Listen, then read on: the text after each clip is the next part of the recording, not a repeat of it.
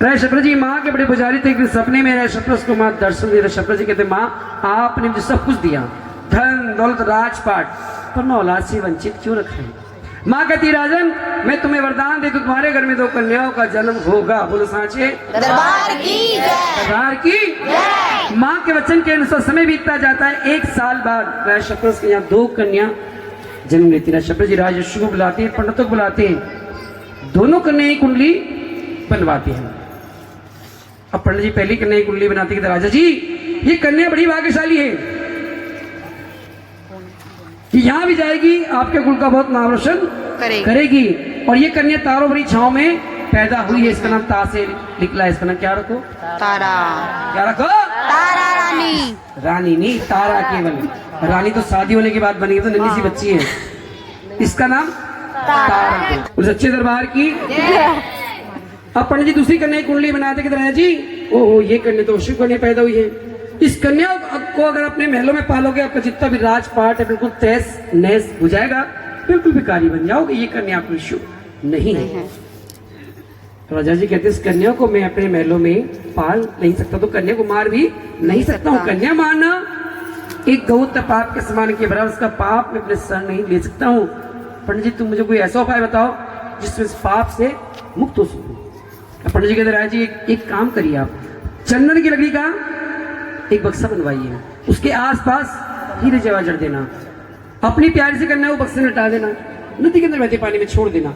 कोई ना कोई व्यक्ति धन के लालच में आकर नदी से बाहर इस बक्से को निकाल लेगा और आपकी कन्या को पाल लेगा। इससे आपको पाप भी नहीं लगेगा। बोलो सांचे दरबार की जय। दरबार की जय। माँ के प्यार की जय। सच्ची सरकार की जय। जमुना पार की जय।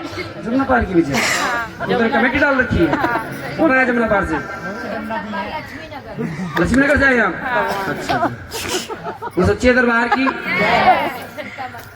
नहीं। ऐसे करते हैं, बक्सा बनवाते हैं, उस बक्से में प्यार से कन्या को लटा देते हैं, नदी के अंदर बहते पानी में छोड़ देते हैं। बहता बहता बक्सा पहुंचा काशी की नगरी। कहाँ पर? काशी नगरी। माँ के वक्त सुबह का समय था। पंडित जी नदी में स्नान कर रहे थे। सूरज की पहली किरण जैसे ही बक्से पड़ती, हीरे जवाहर जड़ थे वो चमक लगते। पंडित देखते नदी बक्सा बहता आ रहा है, उसके आसपास हीरे जवाहर जड़े, क्यों ना इस बक्से को नदी से बाहर निकाल के माँ के वक्त तो पंडित जी क्या करते, नदी और आगे जाते हैं, पानी का भाव और तेज हो जाता है। पंडित डर जाते हैं ऐसा ना हो इस धन के लालच में कहीं मेरी जान चली, कहीं मैं डूब जाऊं। पंडित जी नदी से बाहर आते हैं, मन में सोच रहे हैं बक्से को बाहर कैसे निकाला जाए। उसी समय एक भील नदी किनारे सफाई करने आता है। पंडित जी भील को बाहर लगाते, भील भाई सुनना। भील दौड़ कर बोली पंडित जी क्या बात है? भील सामने नदी में देखो तुम्हें बक्सा बहता नजर आ रहा है।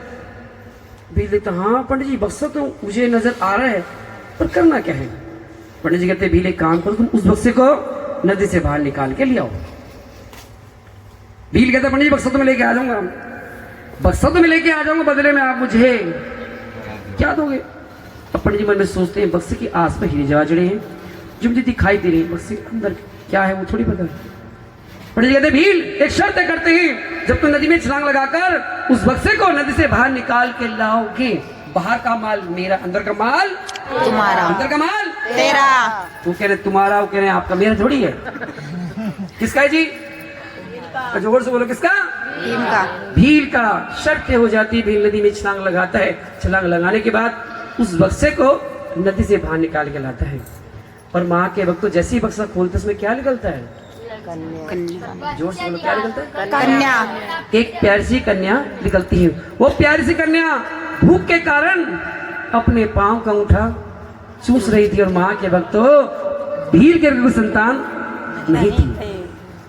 फिर उस कन्या को अपने सीने से लगा था, कहते पंडित जी मुझे तो गंगा मैया ने बहुत बड़ा धन दे दिया जिसकी मुझे बहुत जरूरत थी। उससे पंडित जी एक काम करिए, आप इस कन्या का नामकरण भी आप ही कर दो। देखिए इतने जागर में जाती कथा आप सुनते होंगे तो जवाब भी आपको पता होगा। देखिए जिसको जवाब पता है एक हाथ ऊपर कर लेना। मैं सवाल पूछने बैठे बैठे कोई जवाब मत देना। सवाल ये कि आपने ये बताना कि पंडित जी ने उस कन्या का क्या नाम रखा। जिसको पता है एक हाथ ऊपर कर लो। सवाल फिर सुन लीजिए, पंडित जी ने उस कन्या का क्या नाम रखा? जिसको पता है एक हाथ ऊपर कर लो, मैं अपने आप पूछ लूंगा। हाँ जी बताइए। रुक्मणी। हाँ जी आप बताइए। रुक्मणी आपका जवाब। हाँ जी आप बताइए। रुकमन आपका जवाब रुक्मण, उनका जवाब रुक्मणी। और कोई देगा जवाब? आपका जवाब रुक्मण। ठीक है, 1 2 बाकी तीनों का जवाब रुक्मणी। हाँ जी वैसे क्या पता गलत हो जवाब, ये भी तो सोचता है भाई। जिनका जवाब रुक्मणी हाथ ऊपर करना, जिनका जवाब रुक्मणी उनका जवाब बिल्कुल बिल्कुल सही है। गलत है, हाथ नीचे करो। और जिन्होंने बताया रुक्मण उनका जवाब बिल्कुल सही है। वो यहाँ पे आए और खजाना लेके जाए। जाओ आ जाओ, इनके लिए जोरदार ताली बजा दो। बोलो सच्चे दरबार की आ जाइए। अब सुनिए, पंडित जी भील से कहते हैं ये बक्सा नदी में रुक रुक के अर्थ, नदी में रुक रुक के अर्थ का नाम रुक्को रुक्को। मायके के अंदर रुक्को के नाम से जानी जाती थी, पुकारी जाती थी। ससुराल में रुक्को से नाम पड़ जाता है रुक्मण। क्या नाम पड़ जाता है? रुक्मण, ना कि रुक्मणी, क्योंकि रुक्मणी तो श्री कृष्ण जी की पत्नी का नाम है। रुक्मणी, रुक्मणी किसकी पत्नी है? हाँ, बोलो सच्चे दरबार की, दरबार की। गलत जवाब दिया है आपने, गलत जवाब दिया है। खजाना ले रहे हैं यहाँ से। लीजिए लीजिए, कोई बात नहीं। बोलो सच्चे दरबार की, दरबार की। वीर उस कन्या को अपने सीने से लगाता पहुंच जाता है। घर घर जाते दरवाजा खटखटाता है। भगवान दरवाजा खोलो।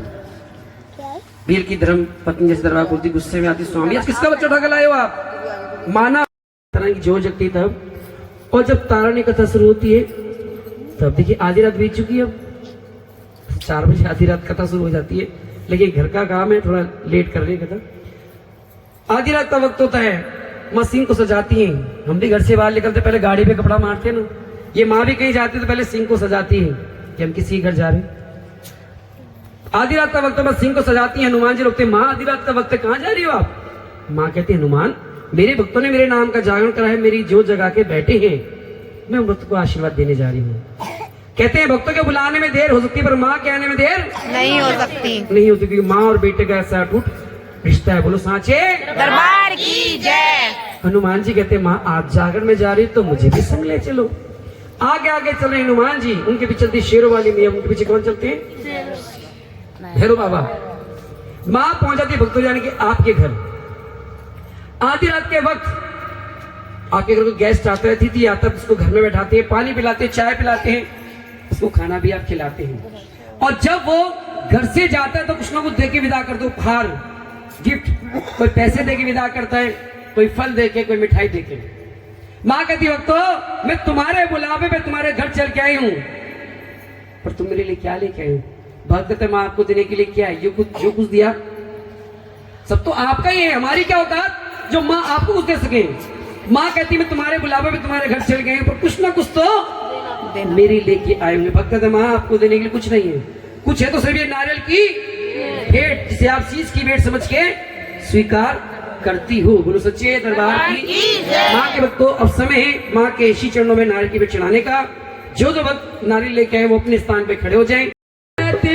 से डले रंग लिए हो जी, आओ माँ के भक्तों डले लीजिए हो जी, तारा रानी डले स्वीकार किए हो जी, कैसे में आवारानी ज्वाल पाक हो मेरा राजा हरी चंद हो जी, तारा रानी पहुंची जाके जाए हो जी, गाओ बजाओ भक्तों मेरे हो, मेरी माता हुई है दयाली, तेरा काहे कलश करी मांडला, तेरा काहे दटकाए पवावा, तेरा सही